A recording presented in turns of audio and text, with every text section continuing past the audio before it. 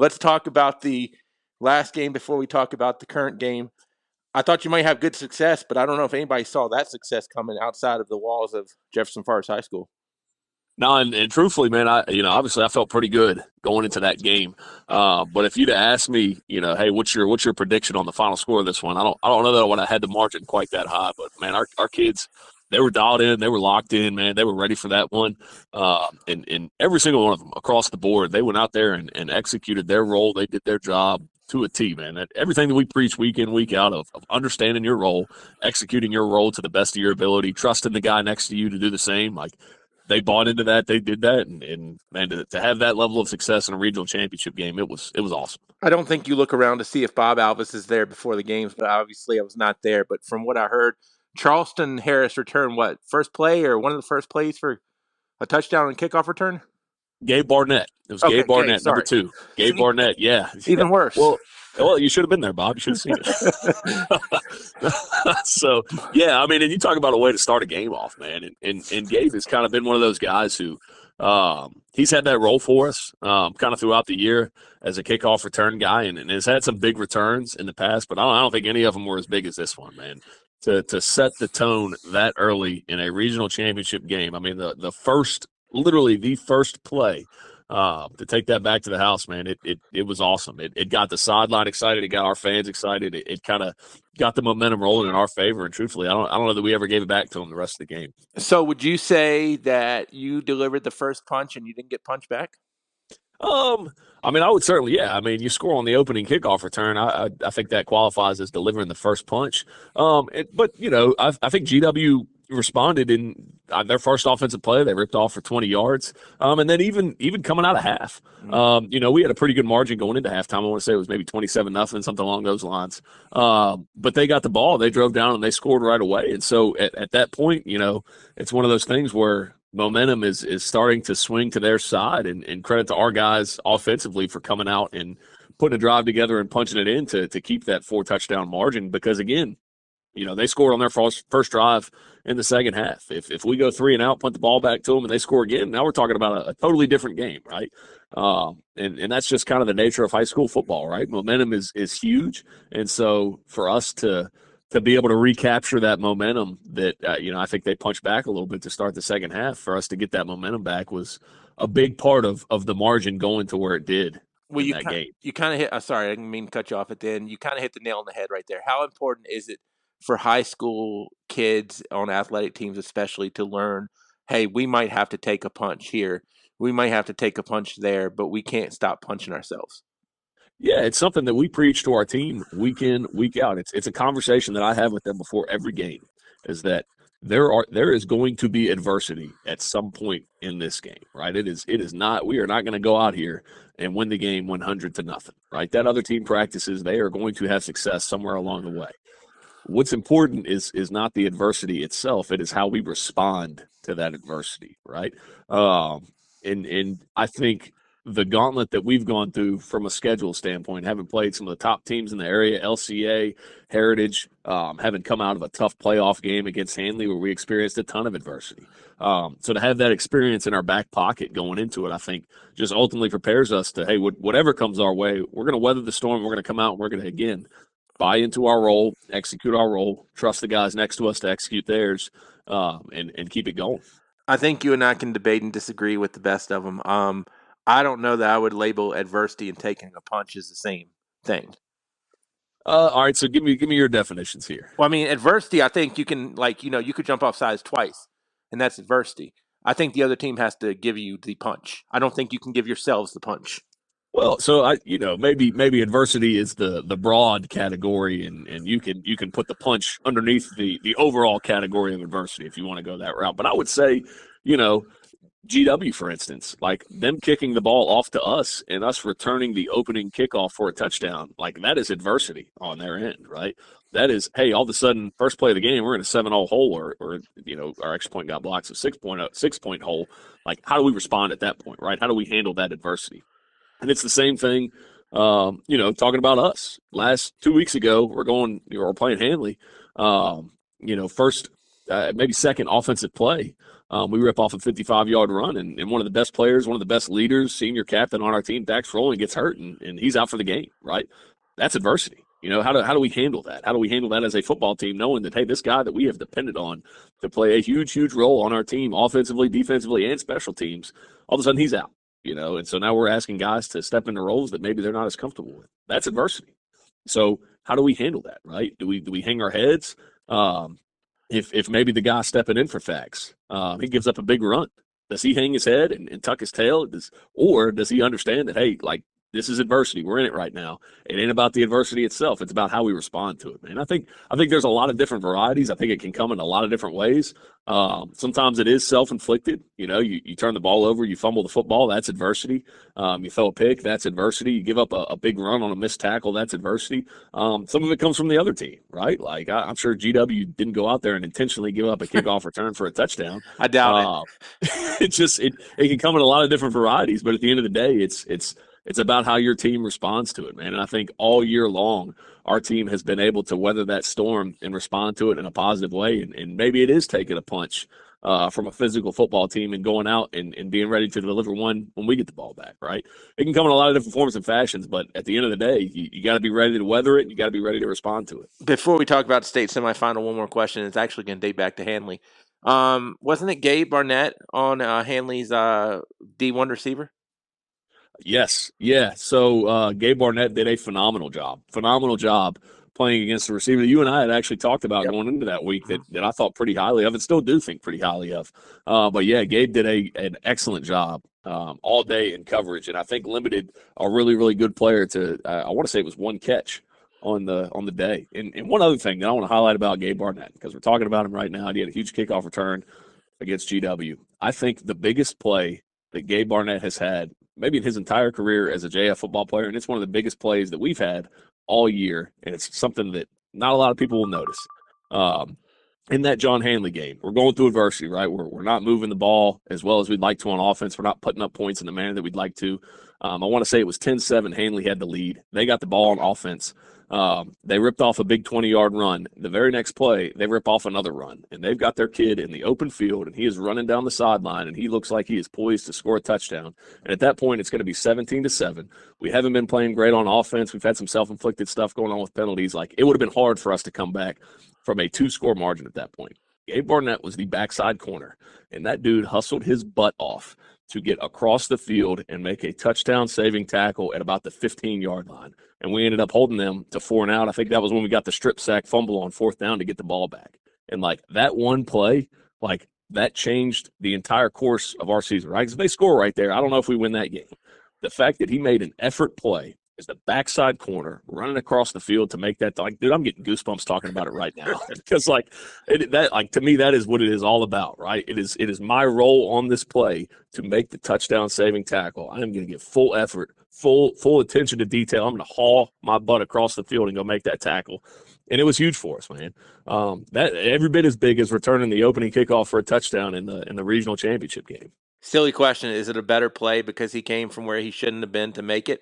Or does the guy who should have made it get fussed at more? You know what I'm saying? Well, I mean, it's one of, like, again, everybody has their role, right? And so they did a great job up front. Like, they blocked things up the way that they wanted to.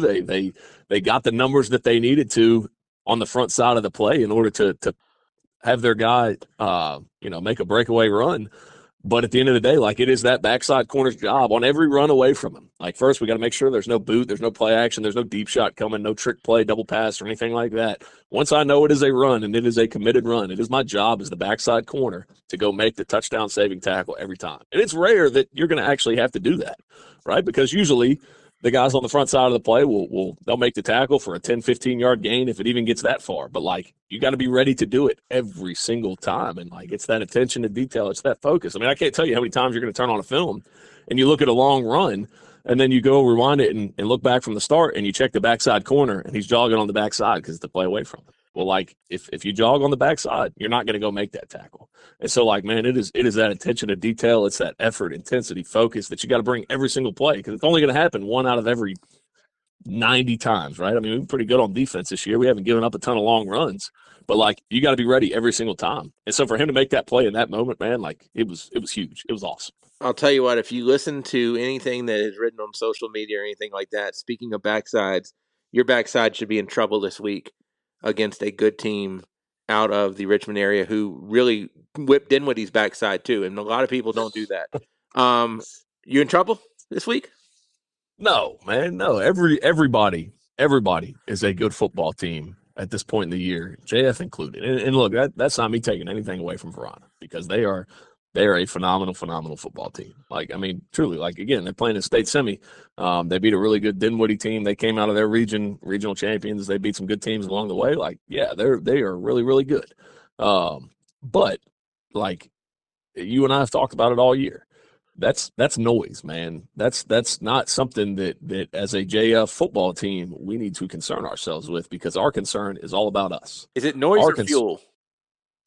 maybe a little bit of both. Okay. Honestly, maybe a little bit of both. It's not something that we go in there and really make a big deal about to our kids. And I'm not the type of guy that's going to go and say, oh, nobody's giving us a chance, yada yada yada. Because I don't need to do that. One, they hear all that stuff anyways. Like these kids are more plugged in than I am. They're probably hearing 10 times more than I am. But two, like that's never been our focus as a team. It's not about the other team. It's about us. And again, that's taking nothing away from Varina, but like that's just the nature of how we approach things. It's about us. It is about our preparation Monday through Friday to go out and be the best possible JF football team that we can be on Saturday. Right. And so like there's a lot of work that's got to be put in on Monday through Friday in order to make that happen. That's where our focus is. It's not about anybody on the outside saying this or saying that. And truthfully, man, I think once you get into a football game, and like, maybe the first 5, 10, 15 plays, emotion is going to carry you a little bit. But once you're in the thick of a game, you fall back on your preparation, right? There's, that chip on your shoulder, that emotion, all that stuff. That's only going to take you so far. When you're in the game and you're playing and play after play after play, it is your preparation, it is your practice that is going to carry you through it more so than any sort of emotional rah chip on our shoulder. Nobody believes in us. Like that stuff, that's all fluff, man. It's about the preparation. It's about the focus. It's about, again, understanding your role, buying into your role, executing your role to the best of your ability, and trusting the guys next to you to do it. I want to get talk more about Varina in just a second, but I want to get deep in the weeds real quick with you. Yeah, love the weeds. Love the So, weeds. I always bring it up. I mean, I think it was what your first or second year when y'all kind of got onsided a lot. That would have been first year. Okay, First year. Yeah, so you remember that? I do. Do you remember stuff that happened? Maybe when were you at Glass? What, 10 years ago? Nah.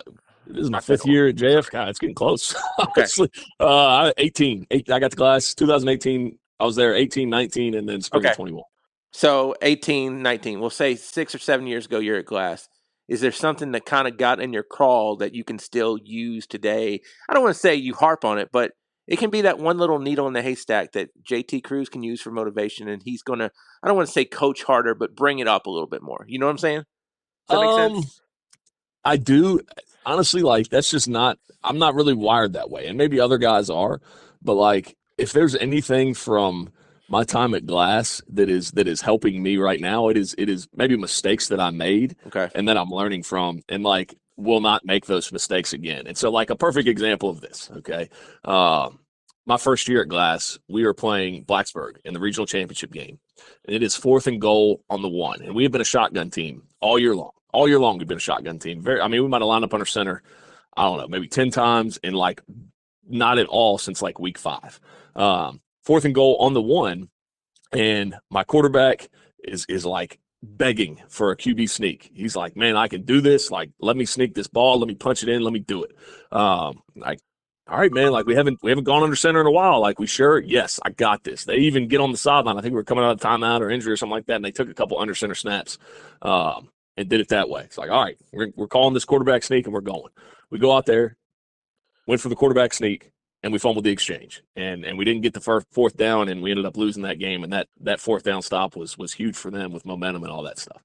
And so, like, that is something that I carry on with me going forward because of JF. Like, we're a gun team. We don't ever get under center. And so, like, I will never make that mistake again of going like, oh, but you know what? Maybe this one time we can go out and do it. Like, no, we have not invested the reps. We haven't done it enough to go out there. Like, I feel more comfortable. I like our chances better of doing what we do all the time versus something new, something different that maybe we haven't done a ton of.